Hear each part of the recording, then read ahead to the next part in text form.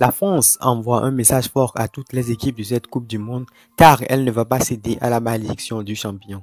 Bienvenue les amis, la France s'impose 4 buts à 1 face à l'Australie grâce à des réalisations de Kylian Mbappé, un doublé d'Olivier Giroud et un but de Rabiot. Ce soir, il n'y avait pas Pogba, il n'y avait pas Kanté, mais il y avait quelqu'un, c'est qui? Il s'appelle Rabiot. Rabiot aujourd'hui, il a fait la différence dans ce milieu décimé de l'équipe de France.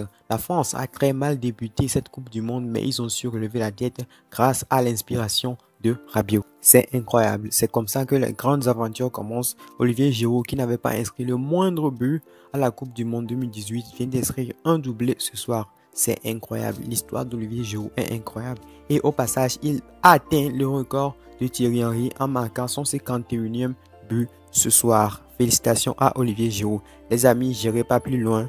Vous savez, cette Coupe du Monde est dédiée en partie à la communauté. Alors, je vous laisse avec le débrief d'un abonné très fidèle de cette chaîne. Bonsoir chers amis, bonsoir tout le monde. Pour ce deuxième match de la poule qui opposait la France à l'Australie, les Bleus ont été rapidement menés lors de leur entrée en liste dans cette Coupe du Monde. Mais les champions du monde ont su réagir et inverser la situation avant la fin de la première mi-temps, grâce notamment aux efforts de leur milieu de terrain Adrien Rabiot. Oui, il fut buteur et passeur décisif sur le but de Olivier Giroud. Il a été l'homme fort de cette première période, a démontré ses capacités à récupérer les ballons, à se projeter rapidement vers l'avant pour trouver les attaques. Il était inarrêtable et impitoyable face à la défense australienne qui n'a pas pu le suivre.